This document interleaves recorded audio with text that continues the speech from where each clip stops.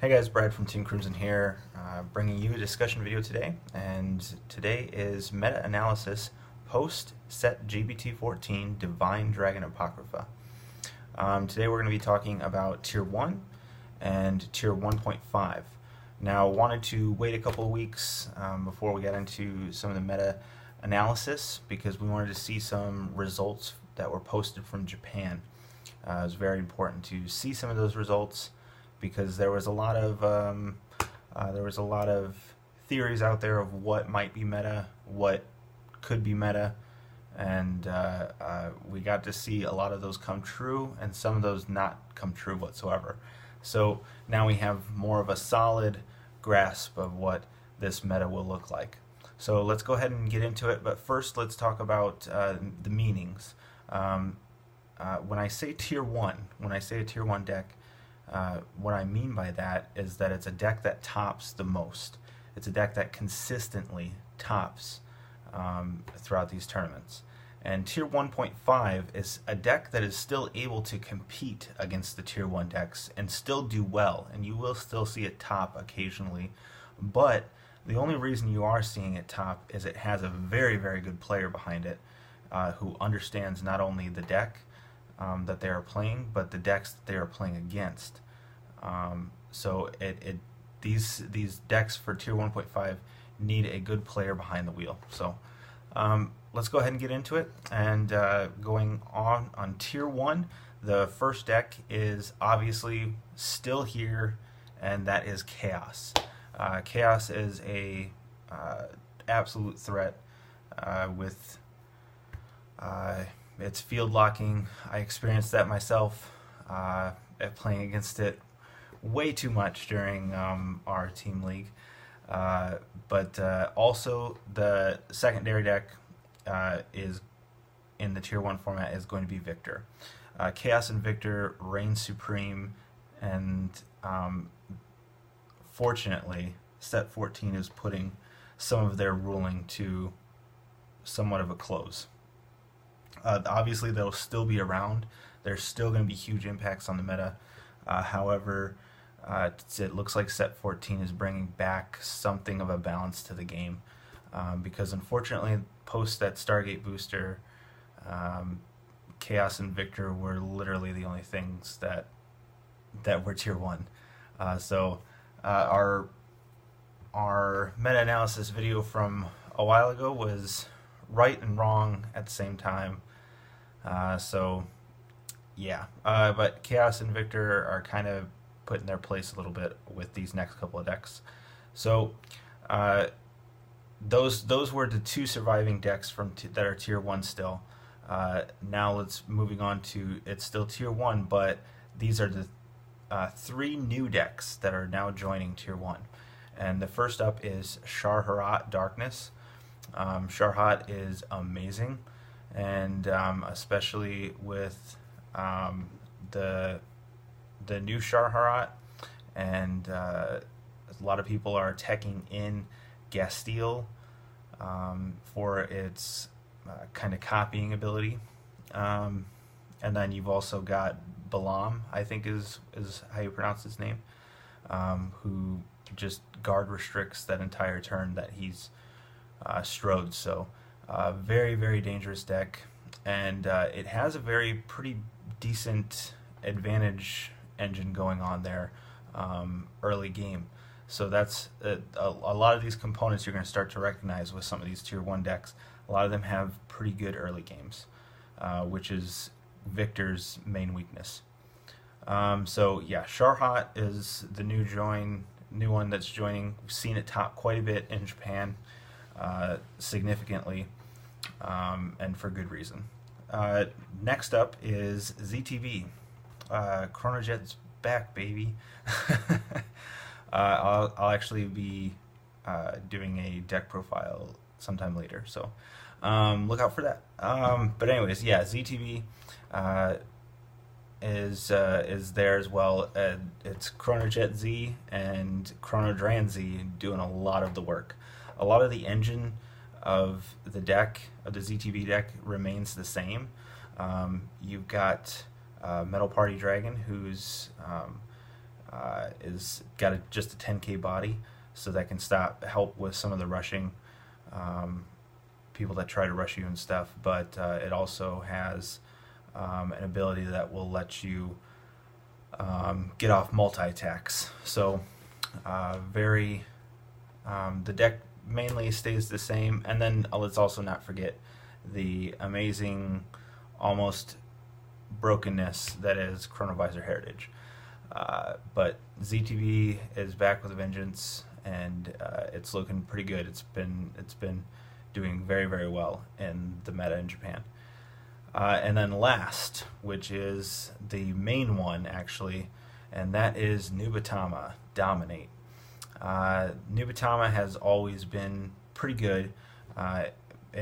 It just hasn't had the main push that it's needed. And with these new Shiranuis, the grade 3 Zanki and the grade 4 Renee, I don't know how to pronounce it, it adds an element to the deck that it needed. And you're able to get off multiple dominates with the new grade 3 Shiranui. So you're able to just drive the game at your opponent. Those victors that are notorious for having anywhere from 9 to 12 cards in hand, Dominate Nubatama is going to eat that right up. So it's exciting to see Domination Nubatama in the meta. I have not been able to face it myself yet. The set will be dropping today actually, so but I have not been able to face it yet myself, but it looks pretty dangerous. So moving on to tier 1.5. Again, like I said, these are decks that are good but do need a very good player behind the wheel in order to compete well against the tier 1 decks. Tier 1.5, leading off the list that was on the list before, is Messiah. Messiah is obviously still really good. You've got Integral Messiah, and you've got Harmonix Neo Messiah that can just steal you games. But also it is very, very good at beating out the Chaos matchup. So with Chaos still being a prominent force in the meta, Messiah will always kind of just be there, lingering there as something that can take it out. So that's the only one also left over from the tier 1.5 that stayed on the tier 1.5. Moving on, there are also three decks joining the tier 1.5, and first up is Luard Ritual. We've seen it top a few times in Japan as well, and it's doing really good. It's got some of the support that it got some really good support that it needed.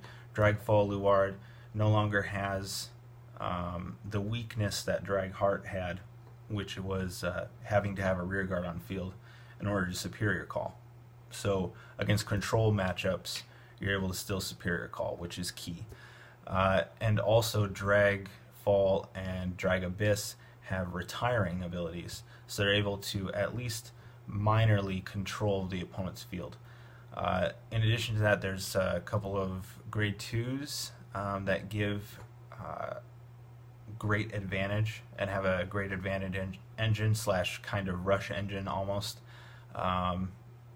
early game, which is also very important. Next is Revelation Minerva. So this deck is very weird, and I don't know. I actually don't really know how to talk about it because I don't know a lot about Revelation, because Revelation has mostly relied on the Wiseman loop, whereas now it seems like they've abandoned that altogether and tossed in some kind of randomized Minerva support along with the Minerva Stride. So I'm sorry, I don't really know how to talk about this, but it has topped a few times and does seem to be a pretty powerful deck. And then last to join the tier 1.5 status is Brave Altmile. about freaking time. Altmile has been an awesome deck, and it's a really fun, really cool deck to be able to play, but it just has never had what it needed to, and especially Brave as a mechanic. Brave as a mechanic is terrible. So they've kind of abandoned the Brave mechanic and just tossed in, it has the word Brave in there, and then Superior Call the word something with the word Brave and all this stuff. But it seems like they've kind of somewhat abandoned the Brave mechanic as a whole. It's just there to be there. They're using it almost as a name, almost as they're just using it there as a name. But Brave has topped actually a little bit more than Luard, which is surprising, but it's also not surprising at the same time, because there's a grade 2 and a grade 1 that can Superior Call early game, and kind of lets you rush a bit. So, but no, the deck is very exciting. The new fetus that lets you. They have to push out more cards from their hand just to guard attacks, is amazing.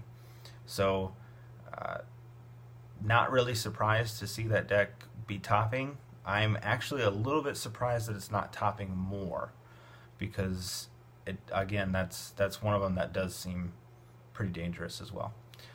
So that's actually it for the Tier 1, Tier 1.5. I did want to bring up, I've had some people talking to me about Gize, and I've had some, I've seen some videos online too talking about Gize and saying that it's meta. It's not.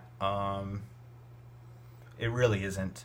The only ones that have topped, there was a Gize, there was a couple of Gize no CL decks that topped, and there was a Gize Battle Sister deck that topped, but you're literally talking about 3 to 4 decks that topped out of several tournaments. That's not even, it's something that's honestly not even really worth mentioning. I would not be surprised to see it adapted a little bit better. I think the idea of it being in an Oracle Think Tank deck or an Angel Feather deck is perfect, and that's something that's going to help it out even more.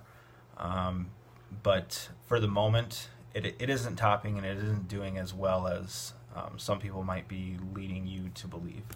So yeah, that's it, guys. So we'll be posting more videos later in the week. Be posting that ZTV deck profile. We'll be posting a Victor deck profile. Didn't want to post it because my brother was playing it for Team League, so we didn't want to give away our strategy, which didn't matter anyways. So we'll be doing that. We'll also be posting Luard, new Luard deck profile as well, and hopefully some matches, and hopefully some more content for you guys. So please like, please subscribe, please leave some comments below if you want to talk to us about anything.